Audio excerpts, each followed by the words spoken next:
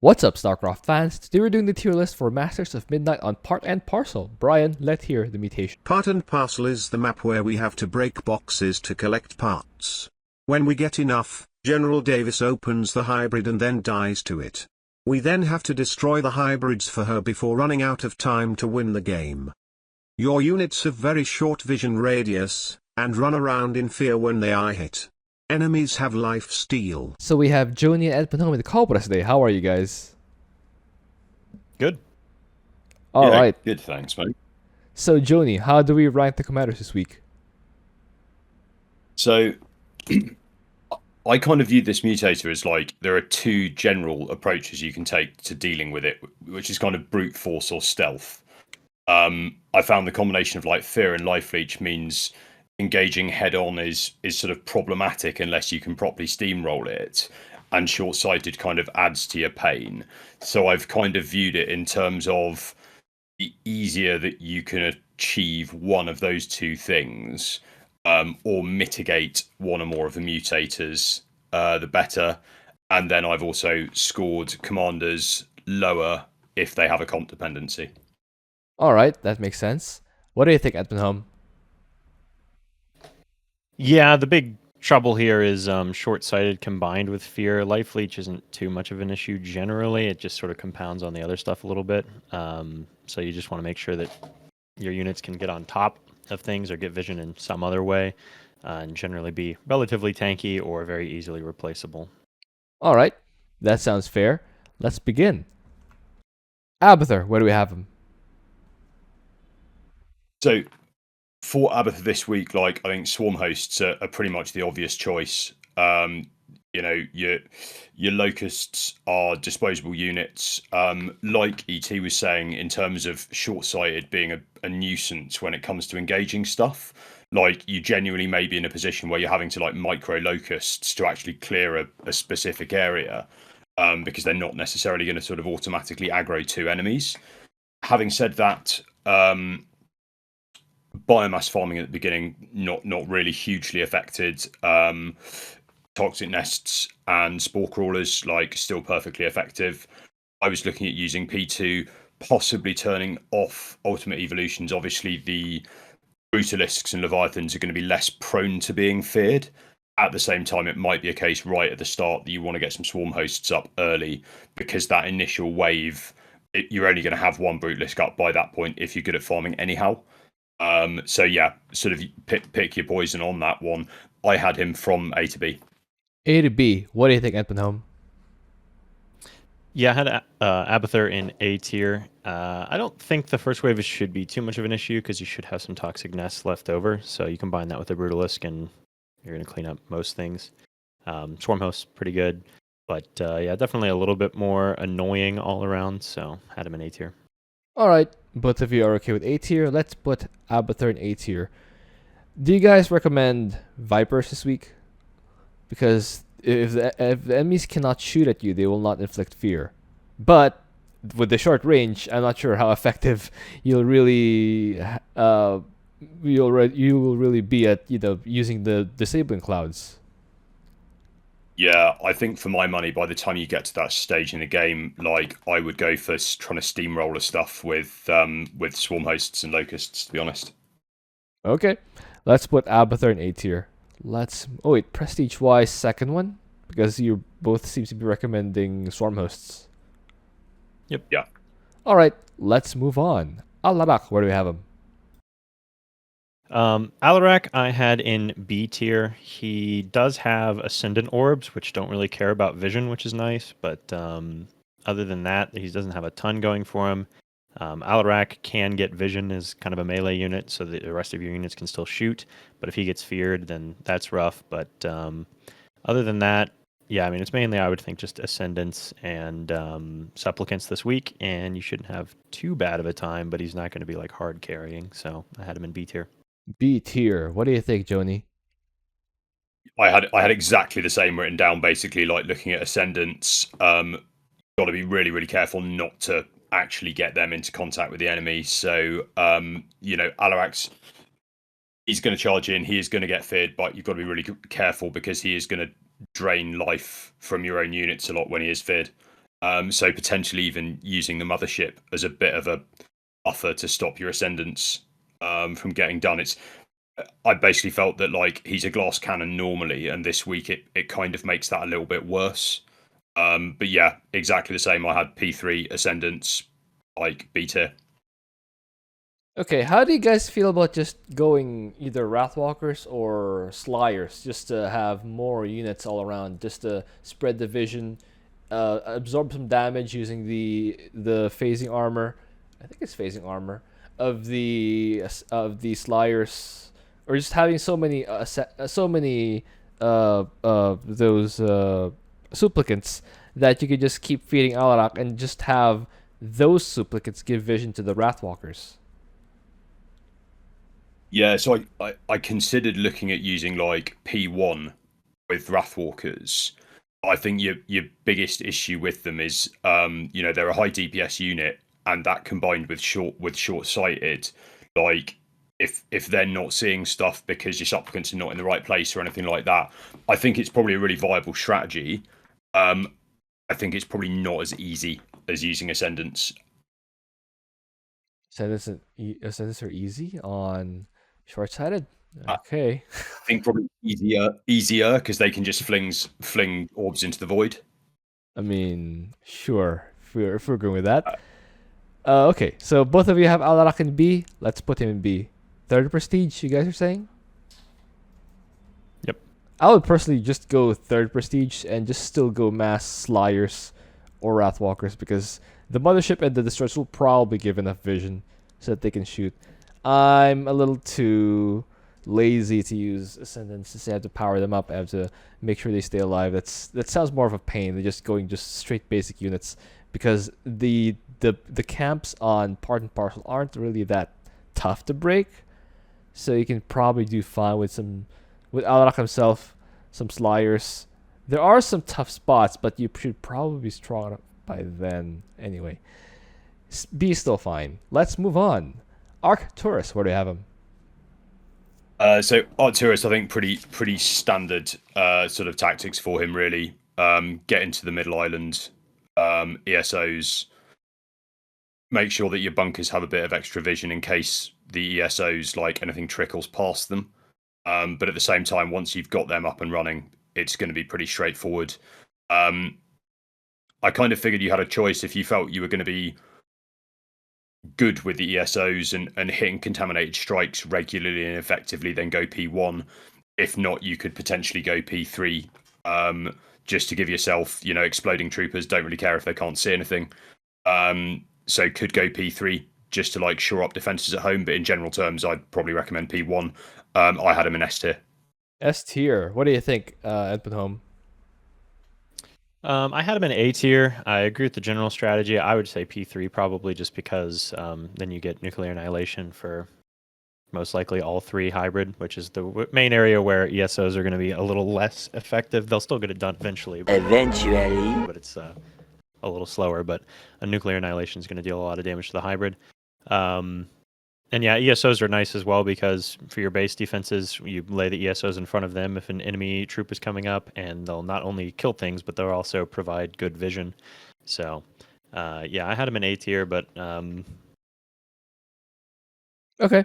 I could see S. You could see S tier. I had him S2A. I had S2A, so I'm not going to die in a ditch about him going in A tier. Okay. The Earth Splitters are great, but don't you guys notice that the part and parcel of the Mobius hybrid tends to just dodge the Earth Splitters, and it kind of hides in spots where sometimes you just don't see where it is, and the minimap marker doesn't exactly tell you where it is. Sometimes you shoot at the minimap marker, and the hybrid's not there, so you might still want to send some actual units at it. So what would those units be? Suicide bombers. Yikes. I'd say for the second and third set, that might be an issue until you have like 20 plus ESOs, at which point there's just constant fire. So I don't know. I don't think hunting him down would be too bad on that front. I was thinking Zerg, but okay, that the vampires work too, I guess. Anyway, Vampires. Well, yeah, Zerg. Obviously, I thought you meant non-top bars. I don't really count those as units, even though they're technically units. You know. okay, that makes sense. Also, yeah, okay, that's fine. You can have the vampires or the Zerg. That's fine. So I think you guys are saying third prestige or first prestige, depending on if you want to go heavily into Earth Splitters. But third prestige still because you want to have the cheaper bunker with guns. It does give you a really effective option that counters short-sighted really nicely. Yeah, certainly P3. Very happy with that. All right, let's put Arcturus in A tier. Artanis, where do we have him? I had Artanis in C tier. His main composition is all about range, and you're gonna have trouble getting vision for that now. I would probably actually go some form of. I mean, obviously a few zealots with your dragoons if you're gonna go dragoons. You could go zealot storm if you really wanted to, but I think zealot dragoon will be fine. Shield overcharge helps a lot against fear, a lot. So that's nice. But just in general, not being able to see things getting feared is kind of a pain here. So I had him in C. What do you think, Joni? Yeah, it's kind of like ET's read my notes. I basically said exactly the same stuff. Like, Artanis's sort of big like advantage normally is that he's got like really long range units, and short sighted just completely sort of nixes that. So I absolutely would look to play some sort of zealot comp just so you've got vision. Scatter a handful of observers in there, and I think you will sort of counteract that to a certain extent. But like, yeah, I think shield overcharge definitely to sort of push into areas. But I don't think he's got a huge amount going in his favor this week, so I had him C to D tier. Okay, both of you say C. We'll put Artanis in C. Personally, I had Artanis in B because, yes, he doesn't have range, but I would just use a few more Zealots to give vision, and whatever the difference in range is, I'll just use shield overcharge so that my guys won't actually take so much damage. And the bonus with shield overcharge is they don't get hit with fear, which is kind of the whole thing here. If you don't get hit with fear, so what? Just walk in closer and they'll die just fine. The Zot will still give vision, right? Anyway, both of you guys, it's in my opinion, it doesn't matter here. Both of you guys said C. Let's put Artanis in C. Prestige wise, third one, or do you guys want a different one? I think third one's fine. Yeah, I played third. All right. Just so you know, I don't think Artanis is that bad here, but well, C is not bad, but I don't think Artanis is that low. But anyway, Dehaka, where do we have him? So I like Dehaka's early game can be a little bit rough. So the first wave hits around 440, dependent on what your comp is, and Glevig pops at about sort of 5 minutes ish, depending on how efficient you are getting him out. So I ended up doing a combination of building a bit of static, a couple of bits of static, and then like kiting with Dehaka basically until Glevig popped. Just sort of, if you encounter like a tough early wave, it can be a nuisance. After that, you are pretty much up and running. Like the pack leaders on P2 are extremely good. Like I was doing a bit of testing because I couldn't remember whether they could get feared or not, and they are so tanky that they can get feared, but they don't basically. So yeah, the pack leaders are exceptionally good for clearing. They can be a little bit slow, but you throw a load of creeper hosts in as well, snipe some boxes with them too, and yeah, you're basically off to the races. I had Dehaka in S tier. S tier. What do you think, Edwin Home? Yeah, I had him in S tier. Like you said, pack leaders don't get feared very often, and Dekrun, for example, even if he gets feared, he's still a porcupine, so he's still getting a good amount of work done. And then yeah, creeper hosts are pretty darn good against the hybrid as long as you can find them. That'll be pretty good. So I had him in S tier. Okay, both of you said S. We'll put him in S. I'm just slightly concerned about the first wave since Dehaka is a little tiny lizard by then, and especially if it's Tehran, it's gonna be really annoying to get Oh, sorry, what you were saying? Yeah, like it's not too bad. I had the first 2 games that I tried with him on solo. I ended up hitting like uh Reapers and Vultures, which I think are the 2 fastest hitting. And like it was a bit rough, but if you can basically kite with Dehaka without engaging, then you can basically buy yourself enough time for Glevig to pop, and then you're off to the races. So by time till Glevig. Interesting. Anyway, both of you guys said S. Let's put Dehaka in S. What do you prefer? Any prestige here, or are they all fine? I played P2. I think without those tougher pack leaders, I think you're going to struggle a little bit. Okay, let's move on. Phoenix, where do we have him? I had Phoenix in B tier. You do have the advantage of if a hero gets feared and dies, then there's just a new one that no longer has fear, so that's nice. Caldalis is sort of a natural getting vision unit. But if Caldalis gets feared and he's running around and he's not dead, then he's not providing vision either necessarily, so it can be a little bit annoying because no one else is in melee and you are still limited to a few units, which are pretty easy to get feared if you're going P2, which I'd probably still do. Still So fine. I had him in B tier. B He'll be tier. fine, but yeah, B tier. What do you think, Joni? Very similar thoughts. Yeah, sort of needing to keep the shell farm like protected. Otherwise, if that gets into contact, then you're going to get feared and it's going to be all over the shop. But yeah, Caldalis, he's going to charge in regardless, so that's fine. All right, chums up. Ready, guys? Let's do this. Leroy Dragons! Oh my god, he just ran in. Might have to micro him a little bit more than normal. The advantage you've got with Phoenix himself is that if he gets feared, you can just switch the suit out. So that does give you a bit of an advantage in that respect as well. But I had him A to B tier as well.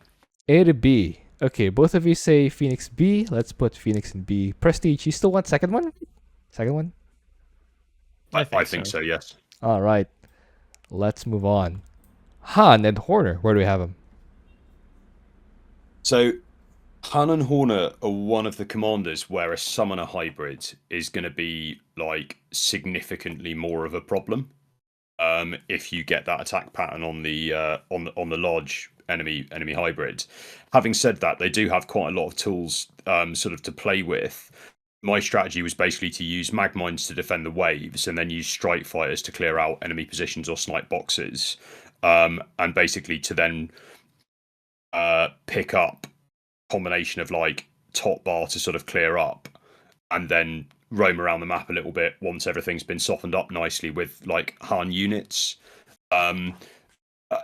Not easy, and you are going to take some losses.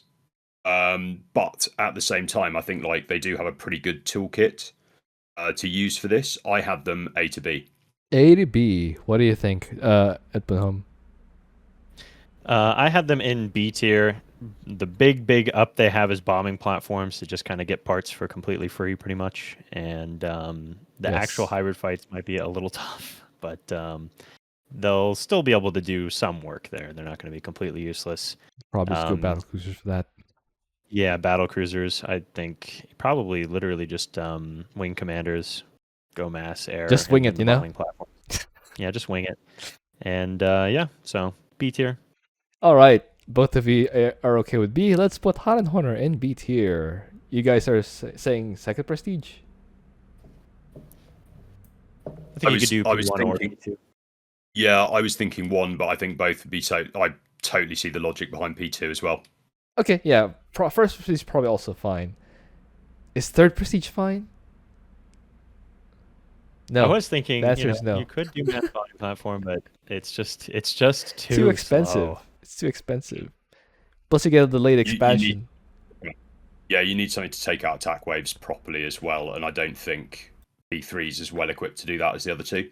Yeah, maybe in some situations. Too slow, and they're not good enough against the hybrid to be worth it. The main thing you actually want them for you're going to have all the parts you need by the time you get more than 10 bombing platforms on P3, and then they're not that useful against the hybrid because the hybrid do just move around a lot. Yes, it'll be very annoying to hit the hybrid with them. Okay, let's move on. Karax, where do we have him? I had Karax in A tier. Space lasers pretty good. Cannons decent once you get them set up around like the hybrid area. You kind of want to pre-set up maybe around there. But in general, it's just going to be a little bit more annoying to get vision of things. I think you just want to go a lot of Centurions since they are very tanky and revive and all of that to get vision. Some observers as well, and as long as you can get vision of the stuff, you can kill it just fine with space lasers. But it can be a little bit of a pain to find that. Obviously, big exception to that is the giant space laser. I can't remember the name of it for some reason. Yeah, But, the thing that purifies and is a beam. I wonder what it's called. yes, the purifier beam.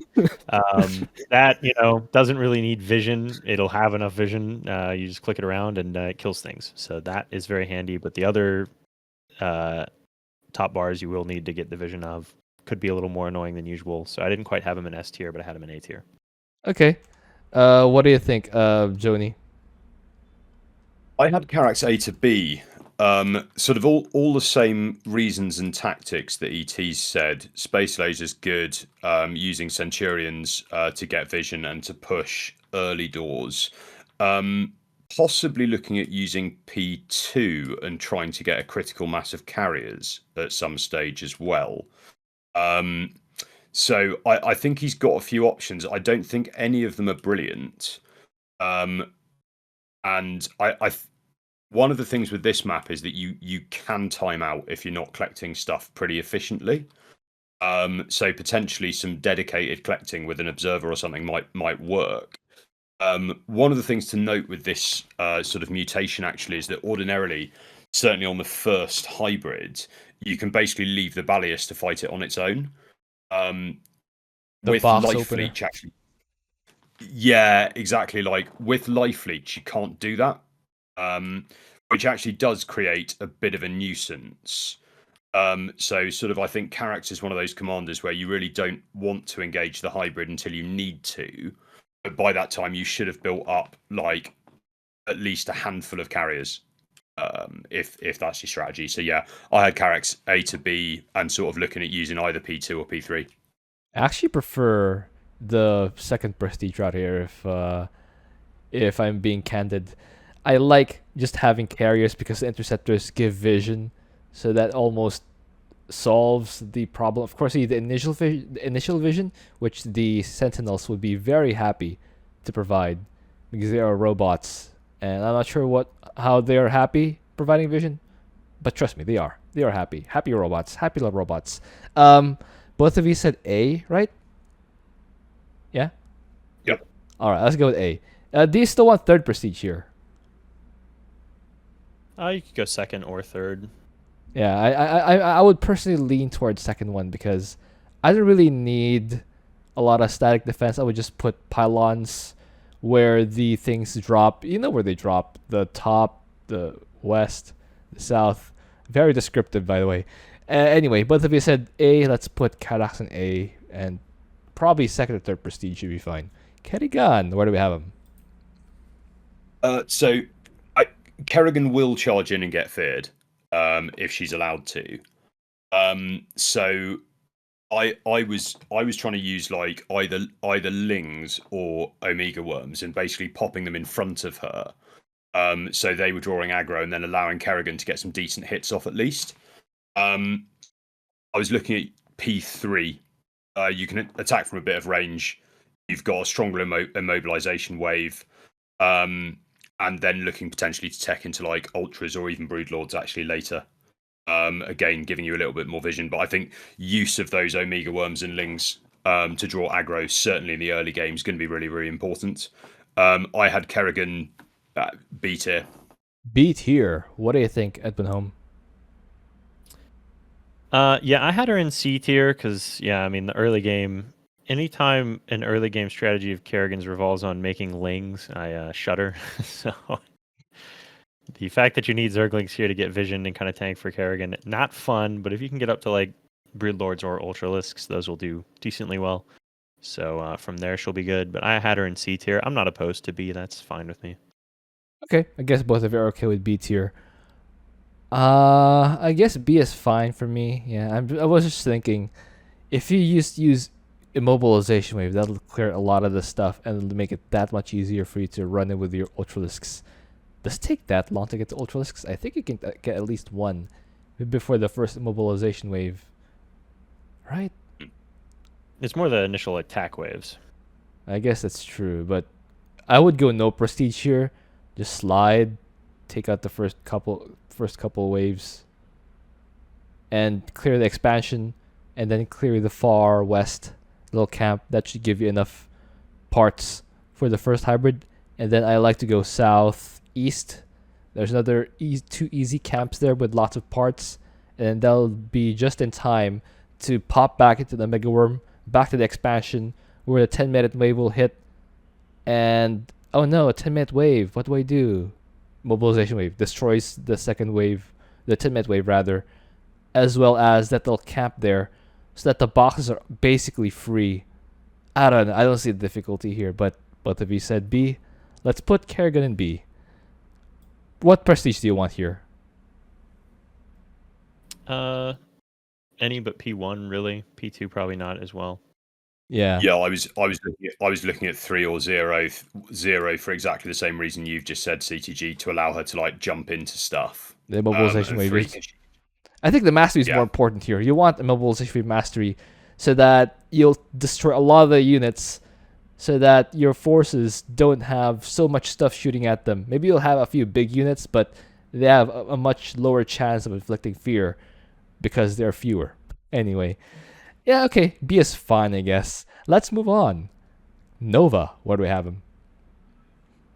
I had Nova in B tier as well. She has very few units, which means she's very, if she gets feared, it hurts a lot more. There's not just like a lot of units out there. Nova herself, you can kind of use to get vision with the combat suit, but then if she gets feared, it's a bit of a problem. And from there, it's a bit annoying. But I think defensive drone will help a lot with that. If I remember right, it similarly to it mitigates shield overcharge, completely mitigates fear while it's active. So that's pretty nice for Nova. Blink in there, throw down a defensive drone, and then Nova can provide vision. Things like spider mines are pretty good here because they don't care too much about fear. You can just lay them down, and as the enemy units walk over them, they'll deploy a little later instead of hitting them from a farther distance, but that's fine. So I had her in B tier. B tier. What do you think, Joni? I had Nova a bit higher actually. I found playing P3 made this quite a lot easier, because you can basically, Nova will run around and get you vision like wherever you need it, and she can also just collect parts super efficiently on her own. So I was using her nuke purely for the hybrid bases, and then putting all my mastery points into the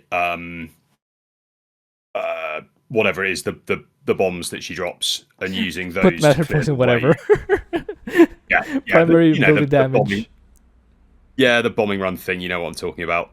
And then basically using that to really thin out the attack waves before using my libs and tanks to sort of take out the stragglers, and then using the liberators to basically just pour additional damage onto the big hybrids when they popped out. And exactly like ET said, using defensive drones to get myself some more vision as well. So I had her a little bit higher actually. I actually had her in A tier. What do you think about A tier? That's fine by me. Fine, it's A tier? Okay. Yeah, she is blonder than Kerrigan. She is blonder than Kerrigan this week. Yeah, that's why she's A tier. That's pretty much the reason why. Let's move on. Oh wait, prestige. I personally like the third one here. Do you guys think the first one's just fine? I played P3 and it was the solo was not too complicated. It was not too complicated. Okay, third prestige it is. Raynor, where do we have him? So scan's very useful. Like, it's not affected by Shortsighted, so you're still getting like really good vision from it. Having said that, you're obviously sacrificing minerals effectively for it. Top bar was pretty helpful as well. Obviously you can pop the Hyperion wherever you want to. I must admit I did get slightly sort of stuck trying this one. So I was sort of trying combinations of P0 and P3, and I came to the conclusion that you would possibly want to go for P3 due to the reduced top bar cooldowns. I felt them to be pretty useful, although for some reason for me, every time I sent the Hyperion anywhere, it got feared anyway. Yeah. It doesn't shoot. Potentially looking at, it's sort of never quite as good as you'd hope for it to be. This is very sad. There you go. This is very sad. Exactly. Raynor needing that desperate buff. Potentially looking at some spawn camping with spider mines.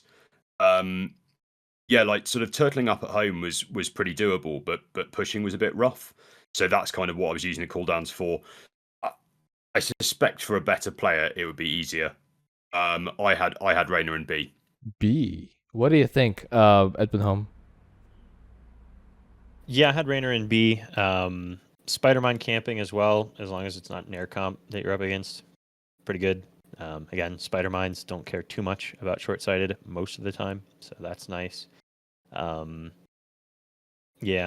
then you probably do want to have some kind of air units for the actual hybrid, because the line pattern where they just do passive damage over time that the hybrid summons will fear bio and things like that to no end, and you can't afford that. So probably want to go for an air comp with some vultures for some spider mines, but you don't need more than 5 to 10 of those, and then you should be okay. So B tier.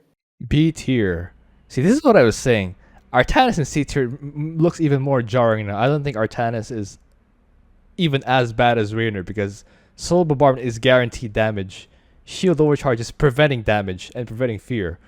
Plus Zealots just naturally get vision. So this is why I was saying Artanis isn't that bad compared to Raynor.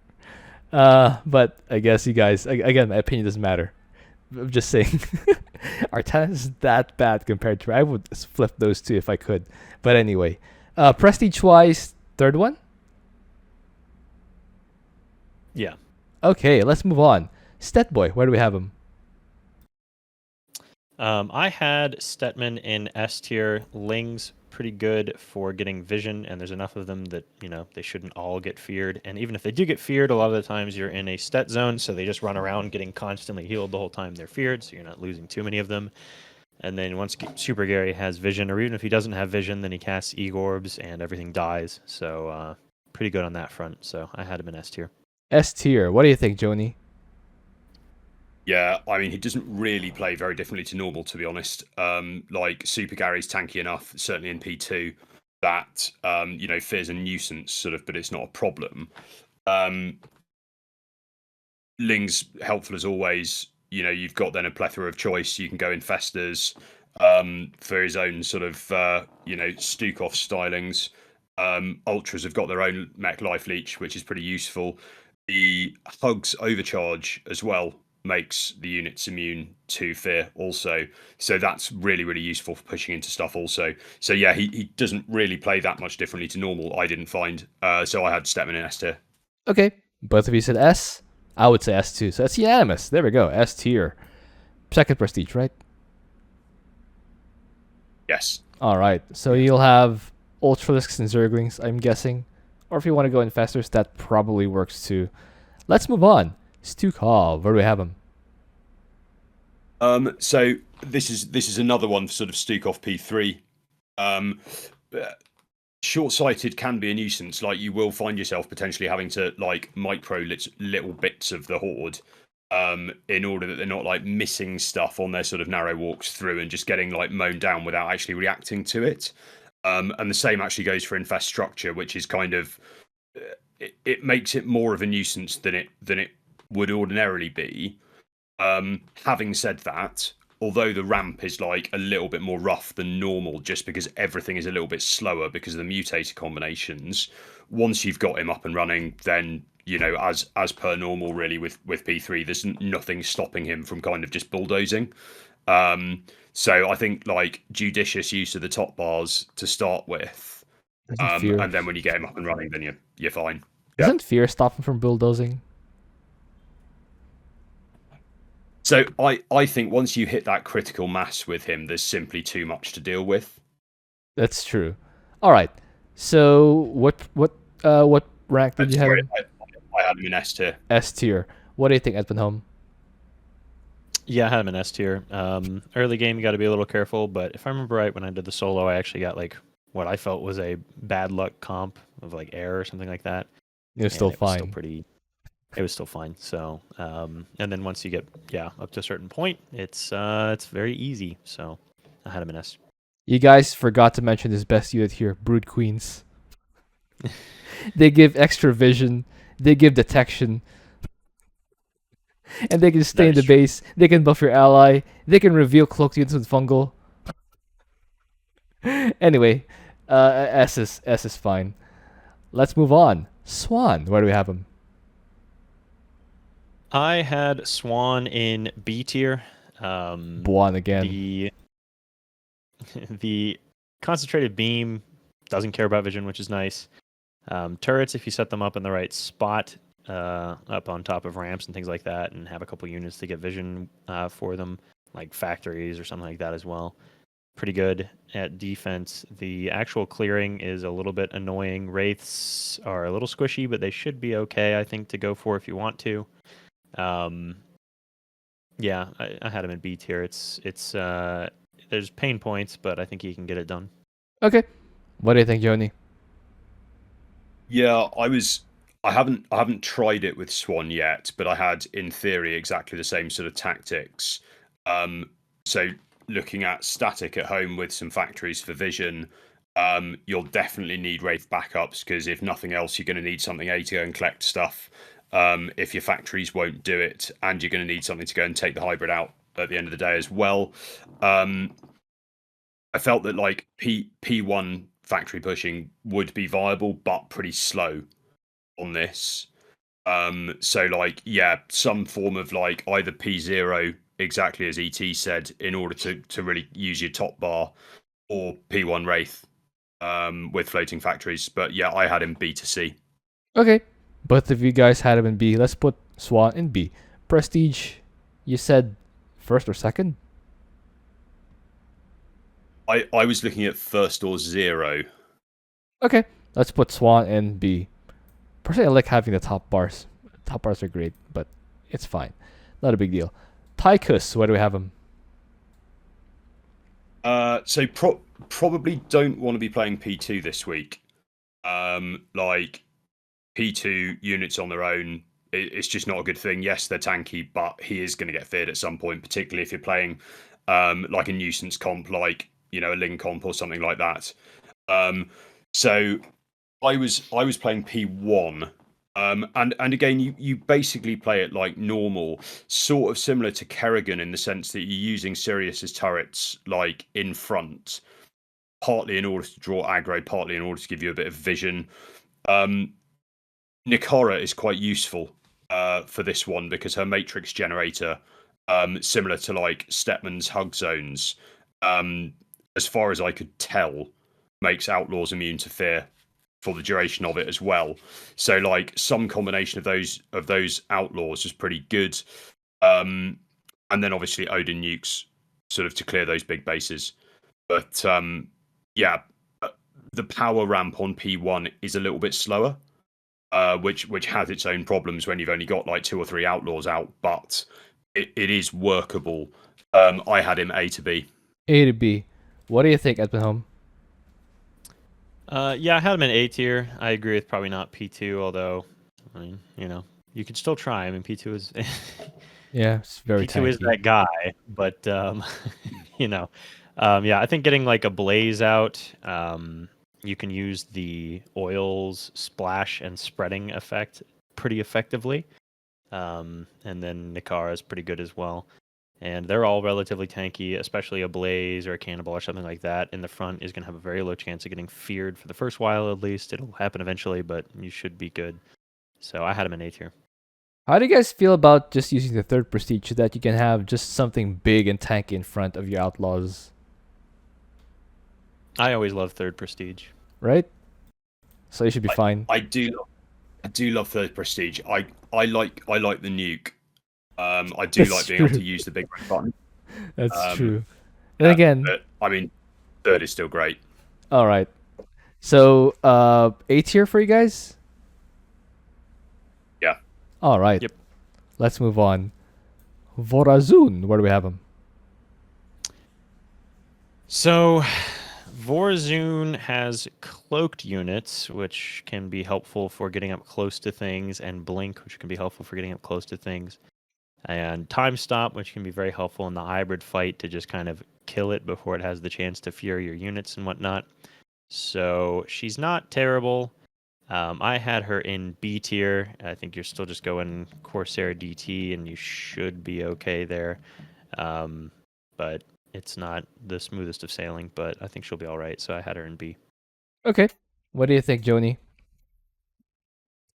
I actually had her in A tier this week. I must admit, I really enjoyed like her solo this week. I thought it was really fun to do. You have the perennial problem with her that getting an air comp is a nuisance, particularly on this, because you do want to be able to mass those DTs to put down like real damage. I was basically using DTs and Corsairs to sort of mop stuff up, but then using top bars, primarily like using the Shadow Guard to basically just go and get parts and boxes for me, time stop to clear the big bases, and then sending in sort of everything else to finish off the main hybrid itself. P3 obviously, but yeah, I thought it was, when you got into a rhythm of utilizing your top bars at the right time, I actually thought it was again quite straightforward this week. So I had her in A tier. A tier. What do you think about A, Edmund? I worry about air comps. I That's don't know. true. Yeah, Anytime I got an air comp as Vorazun, I immediately, well, especially on this one rather, because you don't get a lot of vision. Maybe you can get some cannons at home using your spare minerals, since Vorazun is usually gas intensive. You can probably get cannons with your minerals and just fight at home. Would that work? In theory. Yeah, I think in theory. I mean, I am perfectly willing to exceed the point that she is just not as good against air. So I'm perfectly happy to drop her down to B. Okay. For that reason, that comp dependency is a thorn in her side perennially. Okay. Let's put Vorazun in B tier. She has one prestige, a third one. That's a very good top. That's a very good top bar though. Let's move on. Zagara, where do I have him? Zagara. Oh wait, is it? It's fine. I've lost track. It's supposed to be Joni. Oh, it is. Okay. That's me. Okay, cool. So Zagara P1 plays exactly normal. Like even doing the solo, you don't run out of steam if you're careful with it. Ling evasion is super helpful for this one, because your lings are not taking damage like an extra 40% of the time or whatever it is. You can potentially, I know you've been waiting for this one, CTG. You can potentially utilize some bile launchers to help the Balius take out the hybrid whilst you just run around collecting parts the entire time. And then the only one that was a bit of a nuisance actually was taking out the final base prior to write the last hybrid, and I basically had to rely on a massive Baneling bust in order to do that.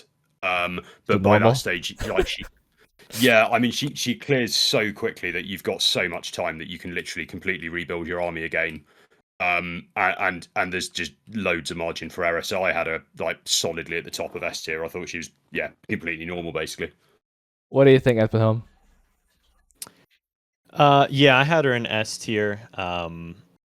The final base I didn't have much trouble with. You have to be a little careful again with the lines of passive damage that the hybrids summon. They'll just like fear all of your lings and banelings and everything. But I just went remaxed on Scourge, and they don't care about that, and insta killed the hybrids. So pretty easy. So All right, tier. Both of you said S. Let's put Zagara in S. First prestige. Yeah. Because neither of you mentioned Zagara herself, so I figured first prestige. Anyway, let's move on. Zeratul, where do we have him? I had Zeratul in A tier. Cannons are pretty good, don't care much about being feared, and can project themselves. And once you get up to your third artifact, the sieged observers of his actually have quite a lot of vision still, because they have that increased vision range upgrade. And I think it's the third artifact here. So once you have that, vision isn't really a problem anymore in my experience with Shortsighted. You could go army if you want to, even at that point. Cannons just can't be feared, so I would go cannons, but in army you're probably still going to do just fine with. So I had him in A tier because until you get up to that third point, vision's a little bit of a pain. Zeratul can do it, but if he gets feared, it's not great. So not quite S for me. How do you feel about just using the Telbrus Legion for vision and splash? You can do that. Costs a good amount of money, but it's fine. I think you can do pretty much anything Zeratul wants to do this Pretty week. much. Yeah. Past a certain point. The early game might be a little annoying. Okay. What do you think, Joni? Yeah, very similar really. I had all of those points exactly how I approached it. Cannon's good, but not quite as good as normal. So they need to be babysat by either observers or just Zeratul himself. To be honest, he's tanky enough that he can sit in front of a wave and provide vision for cannons. Telbrus Legion's super useful just for basically point and shoot and charge in. P2, it's a long enough map that you can justify P2, and you want that third artifact chunk, exactly like ET said. I had him S to A. Okay. Both of you are okay with A. Let's put Zeratul in A. Prestige-wise, I guess any is fine, right? Second Prestige? Any's fine, but second's probably the best. I wouldn't go third because the extra observer vision is amazing, very premium. Plus nice. the demote Yeah. dude makes it less likely that your guys will be feared. Yeah. Anyway, okay, so do we have a double S? No. No, I don't think you've got anyone that trivializes the map. No. Who's top of S? Zagara. Okay. I'd go Zagara. Stukov, but doesn't struggle in the early game. So. And then? Then probably Stukov. Stukov. I don't know. I wonder if Stukov's early game struggles. I found Stetmann pretty straightforward. Like yeah, this? that's fair. Let's Stetmann in second. Yeah, I think that's good. And then? Dehaka in last. The Dehaka first last. wave struggled. Okay, who's top First of A? wave I mean, I would say Nova. I had Nova earmarked for nearly S tier, but not quite. So I'd say Nova was a pretty solid choice. Mengsk could be as well. Mengsk is pretty straightforward also. Okay. I think I might put Zeratul up. Zeratul up? Top at least. Yeah, I like Zeratul here. I was leaning towards S with him more than any of these. So yeah, it's just the early game's a bit of a nuisance, but it's not too bad. So yeah, Telbrus and just the Void Templar, just get vision, all the vision you need. And then after Arcturus, I'd be inclined Karax? to put Tychus? I think Tychus has got Karax has got a bit of a ramp if you go carriers, certainly. There's that little bit of early game uncertainty with Karax that I don't think you have as much with Tychus. Makes sense. And then Karax above Abathur. Then Abathur. Who's top of B? I would go Vorazun. I don't think she encounters too many dramas. I agree. Raynor's bottom of B, right? Yeah. Who's second in B? Probably Han and Horner. Oh yeah, Air maybe Strikers. It's pretty good. Air Strikers pretty good. Then you just kind of ignore half the map. So. Yeah. I think Kerrigan's probably above Alarak. Then yeah, Fenix and Alarak, I think I wouldn't care to split hairs over, mainly because, as you know, I'm terrible with Fenix. So you're fine. You're fine. Just project confidence. Nobody knows. Nobody knows that you're bad with Phoenix, and by the time the video Project finishes, nobody will Champions remember die. that you're bad at Phoenix. It's fine. Just pretend you're one of the best players ever. Nobody, everybody criticizes these as if we consider ourselves the best players ever anyway. So why not just own it, you know? Anyway, I just need to turn my camera off and get myself a cat portrait, and then people will be fooled. shots fired. Anyway, so does No, this, not at all. That's definitely a compliment. does this look about right to you, or would you flip any of these around?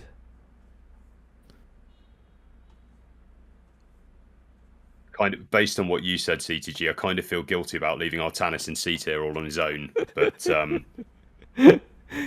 Just own it. Just own it. If you said C, it's C. Come on. yeah, it's fine. Yeah, he is rubbish. Leave him there. All right, there it is. All right, guys. Hope you enjoyed that. Thank you for watching. If you have an idea for it, also please leave a comment. I'll see you guys next time.